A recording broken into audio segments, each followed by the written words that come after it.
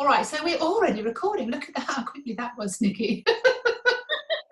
Oh my God, I've been struggling to get internet all day, and all of a sudden when I press record, it's already there. So we are coming to you today again with It's an Inside Job, because we are all staying at home and we're all having to look at things slightly differently these days. And I've been speaking to Nikki, and I wanted to invite her to come on and do a little chat with me to do with it. It's an inside job, because we hit it off as to the fact that the only person you can change is you. And where do you change? You change on the inside. And we are so on the same mind path that change starts at home. You come home to yourself, you find out who you are, and what an opportunity we're being given right now to find out who we are and what we want. As we have to retreat into our homes, maybe we can retreat a little bit further into ourselves and rebirth, reborn, emerge out of the chrysalis into the butterfly, to find out what it is that we really want in the next phase of our lives. Do we want to go back to life as it was? I don't actually think life's going to be the same as it was when we emerge. So this is what I'm talking to Nikki about today. Nikki, introduce yourself, please, darling. Yes, Fiona, thank you so much. I love that intro. We're totally on the same page. My Mindful Matters is my business, and the logo is actually a butterfly. So I totally am in alignment with you with that transformation. For sure. So yes, I'm the owner of Mindful Matters LLC. I do transformational coaching, and I help people reprogram their mind for success. It's been a journey for me all these years, and it really was an inside out job. I had to go and change all the old thought patterns, beliefs that I had that kept me playing small and holding back. And it wasn't we really have to throw out the old beliefs, don't we? We're really in that time of change now where, you know, what we've been taught, what we've learned, and we're you know, a small percentage of the community who are looking to change things before the things get too bad, and thinking outside the box, but actually acting. And I was having a conversation with somebody earlier on today, and I'd love your view on this. So she was saying, you know, I do all this self-development work. I'm very good at all these kind of self-development techniques. I understand in them all and all the rest of it. But she said something in me just like, I just don't feel I deserve more than I've got already. And I said, yeah, but how does it make you feel? She said, well, yeah, I'm okay. So I did a whole, you know, sequence of events with her to show her chalk and cheese. You know, this is where you are, but this is where you could be. So this is the house you could live in, you know, or this is the house that would, you know, would make your heart sing. And she's like, oh my God, it's so different. I said, yeah, but she said, but guilt comes up. I just feel I'm asking for too much, you know, because we've been brought up with, oh, you know, you're lucky to have food on your plate, and you're lucky to have clothes on your back. And so I was trying to explain to her how self-development work is brilliant, but it's work. The work that I think you and I do is transformational stuff. I work very much with the soul. So coming in, finding your soul, and kind of, you know, we're here on this planet and in this time to kind of create anything that we want. You know, it's from 500 shades of grey to all the different colours of the rainbow on the other side. I mean, it's that different. And your soul wants what makes you sing. Brilliant stuff, fantastic stuff, things that are outside the box, things that you couldn't have even imagined, but you need to play with it rather than work with it. What are your feelings about that? I feel like you said so much. We could easily spend hours unpacking everything that you just said. But a couple of things that come to mind. I was brought up the same way, you know, to be thankful for what you have. You have so much, and there are so many people who have less than you. And that always made me feel like I should just be okay with enough, right? So, but then at the same time, it also kind of minimized the dreams and the like dreaming big that I had. And I thought, well, you know, I should just be happy with what is. So that took a lot for me to kind of go through that and change that kind of thinking. But yeah, you're right. It's like, well, here I am right here in this home physically, and this is good enough. And then to think of wanting more, you're right, that guilt comes up. And also not being loyal to the family, because if that's what you were taught growing up, and then to go against that and think bigger and dream bigger and have more, there's this fear of, will I not be part of the group anymore? And I know Gay Hendricks talks about that in his book, The Big Leap. And many of us have that loyalty to our family, and we're afraid that if we go against the rules and we don't follow what we were taught, that we might not have a place to belong. And we know that's not true consciously, right? Yeah. But we're always functioning on that autopilot, on that. Something's coming up for me there about you die if you do and you die if you don't. Yes. So, for example, if you throw out all the kind of the stuff that you believed and you start walking towards this other version of yourself, there's a kind of there's death to the family, there's death to the beliefs, there's nobody's going to see me the same, how will I be judged? And therefore people often think, maybe I'll just stay with this mediocre thing. But what I feel when I feel into somebody's body to do with that, I mean, I deal with a lot of people to do with weight or health or those kind of physical conditions. And when I ask them, so why do you want what you want? And we dig a little bit deeper, it's like they're dead inside. It's like you've died inside. It's like you've given yourself away so much. It's just like, well, it's okay. But that's not good enough for your soul. It's not good enough because she's like, I'm dying here. I'm suffocating. You're ignoring me so much. And the feeling inside the body is, it's crushed. It's breathless. It's like a big rock on your chest. But once you accept that you can have everything that you want, be it the partner, be it the, the business that earns that kind of money that your parent, maybe you won't ever tell your parents quite how much you earn because it would, separate you from them and they wouldn't really understand what you do anyway. I mean, who knew what kind of work we were going to be doing when we were at school? It didn't exist, did it? No. So this dichotomy of like, well, if I do go and change, there's a possibility that on my whole life and I die because I don't exist anymore. So I become this other version of me, this character, like an actress. But if I stay here, I'm kind of dead anyway. Yes, and you explained it perfectly because that's where I was at a year ago when I decided to quit my job teaching. I taught for 15 years and it wasn't something that lit me up. And I was so afraid to make the move, right? To quit a job that was guaranteed paychecks and everything.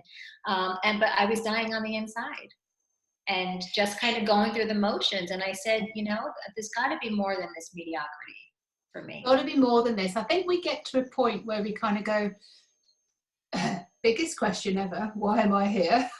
And there's got to be more to life. I mean, in several stages where I have gone on to reinvent myself, it's been that screaming in my head or screaming in the house, I don't want to live like this anymore. Because it's just, you're just fighting against this crawling death feeling that's just taking you over. And I have this expression when I often say, depression seems to be the prerequisite for us coming alive. Yes. Yeah. And I always ask, why is it that we have to wait until we get to that rock bottom? Why do we have to put ourselves through all that? It's almost like we need permission to go against the grain and do something different.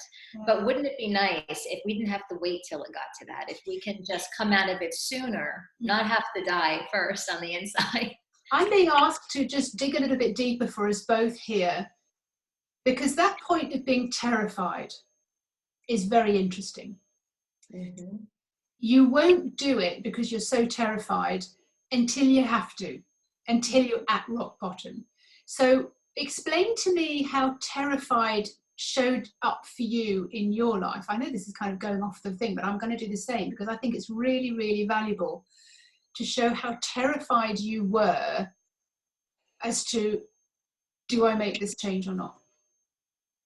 So yeah, I remember the moment actually, because it was a moment for me. I was just going through the motions, getting up in the morning, getting ready to go to work. And I just caught a glimpse of myself in the mirror. And this is probably going to sound so strange, but it's almost like I stepped outside of myself and was able to witness myself from a distance. You're observing the observer. Yeah. Yes. And I knew at the time I was 40. But the face that I saw in the mirror, I almost saw that hurt teen teenager inside of me. And I said, nothing has changed.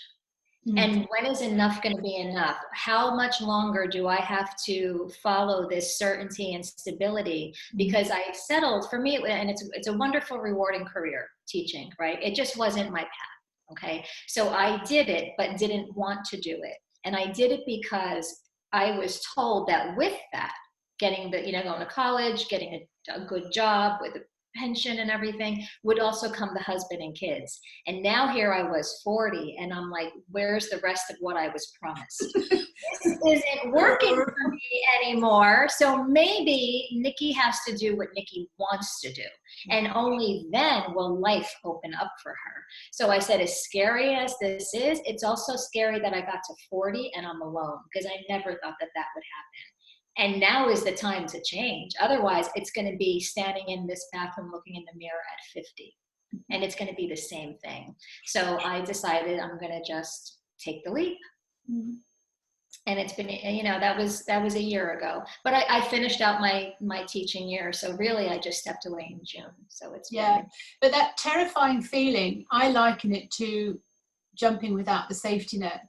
Yes. And it's like, somebody's going to have to push me, because I can't do this on my own. You wait until, in my story, I wait, and I've reinvented myself so many times, I feel like Madonna, but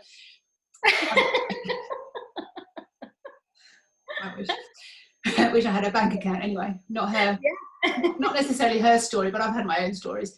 So, waiting for that partner to do the worst thing possible for you to think, right, that's it, and I remember being in a phase of my life, just split up from a partner, held on to my company for dear life, because it was my baby and I created it, and it was doing really well. It was paying all the bills, and I didn't realize how bored I was.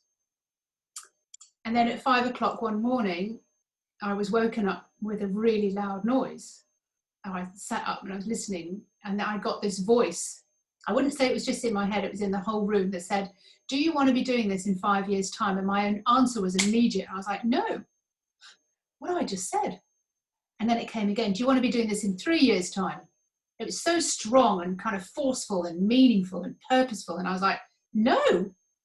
Oh my God, what am I saying? I've been hanging on to dear life to this company, thinking that this was my life. But I didn't realize how bored it was. And then the voice came again. Do you want to be doing this in 1 year's time? I was going, hell no. Oh, no.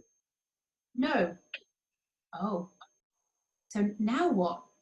And then it produced a whole, and that was 39, 38, beg your pardon, because I went traveling at 39 around the world with a rucksack. Nice. No kids, all the rest of it. And I was like, yeah, well, maybe you don't want kids. People saying, well, you're a career woman, I'm like, not necessarily. Mm-hmm. And then things rolled out for me. Ended up doing life coaching, ended up sort of traveling around the world, and I believe that was all soul intervention at the time to get you so terrified, or so in a relationship that just wasn't working for you, but you were still hanging on to the company to try and continue your same life, but you weren't growing, you weren't experiencing, you weren't having fun. No, I totally understand what you're saying. And what I think about too is sometimes it's like our identity, right? So I feel like we're so attached to these ways of being. And I have felt no longer, maybe just a little bit of remnants left over, but I, for most of my life, felt unworthy and not good enough. And then when I ask myself, who am I without that unworthiness? I don't know who I would be, because I've been that way for so long. So it's what I know, it's what I'm comfortable with. So it's scary. Well, it becomes your identity, and it's a character that you try on or you put on every single day. But who am I behind this? I was running a business selling cameras and monitors and all the rest of it. You were a teacher, and he's like, well, I'll just put on my teacher face then. Mm-hmm. And I talk, when I'm dealing with clients and I'm helping clients, just to step into their new character. It's like being an actress. So you put on a different coat, and you put on a different energy, and you put on a different walk and a different talk, and you experience it. It's like, oh, wow, now I know what it's going to feel like when I'm doing what I say I always wanted to do, but I keep sabotaging myself. I'm not able to get to where I want to get to. You have to wear it and live it to allow that to happen. So this is a great conversation to have about how many different things can we change in our life. But sometimes we come from a very terrified, stagnant point, it's like when you're in the mud or something like that. But you have to get to the point when you say, there just has to be more to life. There just has to be. This cannot be it. That's exactly what I was saying in my mind that day in the mirror. I'm like, there has to be more than just, I cannot just keep going on like this for the next 40 years or more. There's got to be more. And I have to just be okay with allowing that to come in. But I love what you said about that voice that you heard in your head, that was asking you, does this make you happy? Is this really it? And when we let ourselves be quiet enough in our mind, then we can hear that voice. Otherwise, we just keep going, otherwise you'll get a big kick up the backside. Yes. Yeah. So I do a lot of different mindfulness practices like meditation and tapping and different breathing techniques. And it's like, I will just be. And it's like, what's coming up? What do I hear? And then paying attention to how I feel. Like, do I get excited? Does it feel good? Does it scare me? So I just kind of tune in to what I'm feeling and I use that as guidance. Should I move forward with this? Let me see, how does it feel? Do I feel expansive?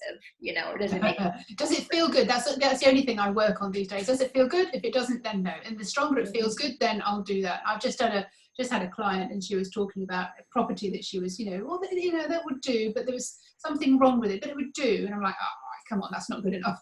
So let's just work out, okay, so look, imagine that you moved into this. What would be better? Oh, it'd be by the sea. Okay, right, fine. Now feel what it feels like walking into that one. Give it a color, give it a feeling, and this whole color in my, I could feel coming from her, which is like, mediocre, beige, gray. Okay, now step into the other one. And even before I'd said, walk through the door, she was like, oh my God, it feels alive. It feels fabulous. I said, right, well, that's it. That makes your soul sing. Therefore, that's the feeling that drives you forward. And that's what happens when you are terrified because you don't actually know what's going to happen next. And it's a whole trust thing. Trusting the universe, trusting your soul, trusting it's a completely different experience than we've been taught or shown, because our families and everybody's coming through this survival mode, and now we're moving into this different time of life when it's like anything is possible, and we seem to be at the forefront of that, of being able to create different things that maybe you don't feel you deserve. And questioning that, like, is that true? That's a question I'm always asking myself when I think something. I'll just say, is that true? Is that really a fact, or is that a belief? Is it just something? A belief written on your wall behind you. Yes, exactly. See, mine is a blank canvas. You can put anything on there you want. I've just made that up. But wouldn't that be great to be able to start with a clean slate, a blank canvas? But I think we can. I think this is a very good time where we can, start with a clean slate. Work out what it is that you really value. Work out, what is it that I'm waiting for? What is it that I want? Is it that perfect, loving relationship? Great, then go and create it. If is it like, why can't I just go and do this but live in another country? Arrange it, create it, imagine it first, step into that life. I wouldn't be living in the south of France if I hadn't have done that years ago. At 38, kind of like, oh, right, okay, so I'm bored, so what else is possible for me? I'd kind of always like to travel around the world. Okay, well, do it then. Okay. The rucksack on my own, a woman in my age when everybody is, yeah, fine, go do it. I had the time of my life, and I learned so much being in the flow and just creating. I remember writing on my journal one day, because I wanted to meet this Reiki master, that somebody to give me some information about. I thought, all right, fine. Reiki, I'm writing in my journal, like, this woman is so difficult to get hold of. Will she answer the phone? No, she won't. I went, do you know what? I've written that for the last week. Cross that out. This woman is really easy to get hold of. She rings me back. My phone rang. Wow. And I was like, okay then. Yeah, you can change things on, you know, the drop of a hat. Anything is possible. And that's what I wanted to talk to you about today. And I'd love to have you back on again, because this inside job is what we need to be able to talk about, to make it normal, to make it believable, to make it doable for everybody in this phase of their life when they're kind of going, well, I've got no idea what's going to happen, what's happening next. Create it. Create it. Create it. Create a positive change that you want for yourself in the next phase of your life. This is what we're all about. This is what we're here for. So this is the inside job, and we don't know how long this is going to be going on for, our little pandemic experiment, our little fear experiment. Let's see what we can bring out positively out of fear. So Nikki, if you've got anything last that you want to say, and we'll have you back on in a couple of weeks so that we can just say, right, where are you now? What's going on now? Sure. Yes. I would love to say, take this time to go within. Now is the time. Do some journaling, just sit with your thoughts, put them on paper. What I love doing is taking any thoughts that I have in my head and putting them on paper so I can see what's going on in there. And then I can question it. Like I said, is this true? And how do I feel about this? And then I can change it. Like Fiona was saying, I do that story writing too, where I write out how I want my days to be, what I want my life to be like. And then like a kid, when you would just daydream, allow yourself to daydream and fantasize and go there in your mind, like it's a movie in your mind and you're just experiencing it. And how does it feel? And know that you can create that. Yeah, and this is, your imagination is the most powerful tool that you've got. But as adults, we run away from it. We think we have to think through everything. Just like if you could play with something, if you could just imagine it and write it as a story, but add in all the senses and all your feelings. And I was just talking to another lady earlier on today, a client, and I was saying, she says, I find this perfect day scenario really, really hard to do. So I'll just finish off with this one thing. And Nikki, I'm sure you've done this and you do this as well. It's like your perfect day. So you write it all out. You can, you know, scribe it all out. And she's a writer. She writes very well. But she doesn't feel it. And I said, okay, give me an idea. Like, when was the last time you did something for fun? I said, back in her 20s. She said, you know, is that dancing? And I was like, yeah, okay. So describe it to me. Take me there. Take me through it. It was exciting. I felt in tune with my body. So, you know, those kind of non-descriptive phrases kind of thing. I say, can you imagine standing on the speakers and feeling the thunder of the boom coming through the speakers, and the music's pumping and you're kind of pointing at the crowd and you're having a great time and you're loving what you're wearing, and you can, you know, you smell the sort of the gas that they let off in the room, and the lights are all changing, and where's the sensation and the sort of the excitement? Not that you're standing on the speakers, but someone's about to come and tell you to get off because you've been naughty. So the feeling of it, this was me.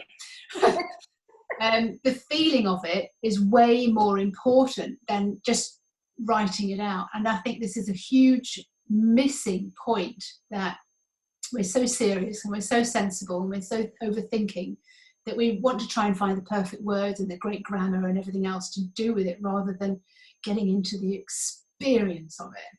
Yes, well said. And what it feels like. It's everything, how you feel. Mm-hmm. It is everything. I mean, we've shared so much with you within a very short space of time. And like Nikki says, let's unpack everything that we've been talking about, because, you know, we could lay it all out on the table and it would take weeks to really delve into deeply every single part of that. But what we both wanted to say to you is, this is a great opportunity to go inside and start creating a different version of your life for when we emerge. Mm-hmm. Nikki, I would love to have you back again. Thank you very much for today, coming on in It's an Inside Job, because we're always talking about relationships or what you want out of life or anything else. So thank you so much for joining me today.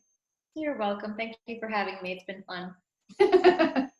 My pleasure. There's always so much more to learn. So if you need anything from Nikki, if you've got any apps or anything that are helping you at the moment, or any ideas that you have that kind of help people create, then we can just put those in the bottom of the post as well. Yes, I love the Think Up app.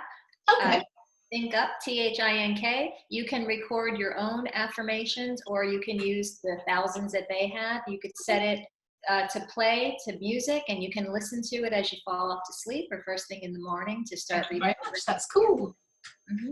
I'm just trying to get all the different apps that people use that make their life easier, from, you know, evening meditations to all those kind of things. So brilliant. That's a good one. I don't know about that one. And Insight Timer I use for meditations. Heard about that one already, so that's good as well.